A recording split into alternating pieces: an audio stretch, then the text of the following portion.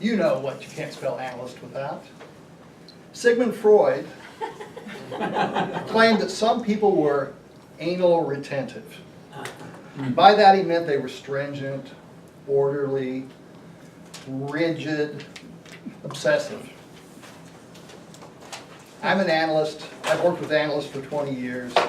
And for some odd reason, people seem to associate Freud's term anal retentive with analysts. So I thought, being an analyst, that I would look this up. And help you to determine if you might be. So, if you're eating in a restaurant and when you get done, you stack everything, your napkins, your fork, your knife, your other plates and everything on one plate, you might be anal retentive. If you order your money by denomination, if in the bathroom you keep large quantities of things like toilet paper, soap, shampoo, and other things, just in case you might run out, you might be.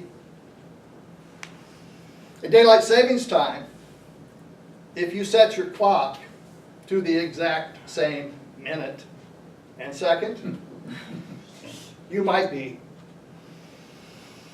If you have a system for doing anything, such as loading the dishwasher, and anybody else does it differently, you know that they are wrong, you might be.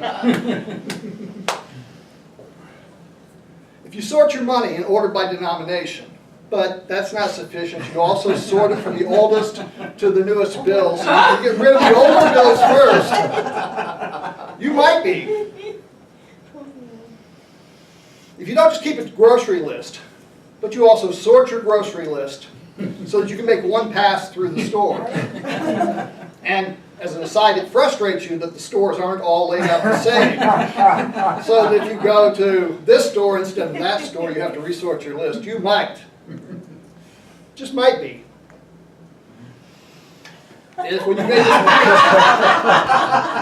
you had to look it up in the dictionary to see if it was hyphenated or not, because it mattered to nobody. Well, I'm guilty of all those things. But if any of you saw that I said there were 8 items on this list and noted there were only 7, then for you, I add number 8.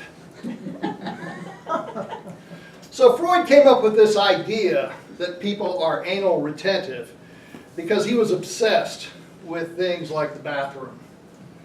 And he thought that during that formative age of 1 to 3, when the primary purpose in your life was to control your bladder and bowels, that if your parents toilet trained you in the wrong way, it might make you anal retentive. If they were too strict and they started too soon. Well, most analysts do not buy into Freud because there's very little evidence out there that supports his particular theories, and especially this one. Of course, it might be that this also hits a little too close to home for them, because there is some truth in this. And I'm not saying that analysts are humorless, but rather than Freud's words like stringent and obsessive and other things, I like to think that they are logical, that they like to make decisions based on evidence, that they're perfectionists in some case, more positive sorts of descriptions of what analysts are. And it's not that they're humorous or devoid of humor in any way. I saw some analysts laughing at an old George Burns clip the other day. They just like a little logic in their humor. George Burns says, if you make it to the age of 100, you're incredibly lucky. Very few people die after that age. That's the sort of logic that an analyst can appreciate. Analysts have a desire for precision, which often causes them to be a bit argumentative. There were 3 analysts, a mathematician, a statistician, and an engineer that were on a train going through Scotland one time for the first time in their lives. And they saw a black sheep. And the engineer says, I see that sheep in Scotland are black. No, objected the statistician. There exists a sheep in Scotland that is black. No, you're both wrong, said the mathematician. All we know is there's one sheep in Scotland, and that one side of that sheep, at least, is black. Sometimes analysts have a challenge when it comes to emotions and other things. I remember the analyst who took his girlfriend golfing one fine, beautiful morning. And when they got into line to get onto the first tee, there was a long line, so they asked the party in front of them, what's going on? And they were told that there were blind golfers on the course playing the first hole. And the girlfriend says, isn't it wonderful what blind people can do if you just give them a chance?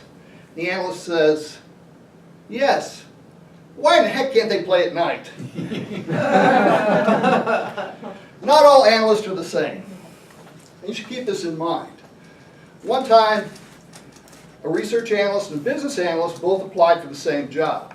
And the committee that was interviewing them wanted to figure out what the differences were in the way that they approach problem solving. They decided to ask them one question. So they bring the research analyst in first, and they ask her, what's 1 plus 1? Well, her face lit up. She became animated. She said, I can prove that 1 plus 1 is 2. Furthermore, I can do a study to determine what evidence we need to gather to convince other people that 1 plus 1 is 2. And she went to the whiteboard to immediately sketch out her method and what the assumptions were of the evidence. They thanked her and dismissed her, and they asked the business analyst to come in. And they asked the business analyst the same question, what's 1 plus 1? Well, the business analyst was taken aback with the question.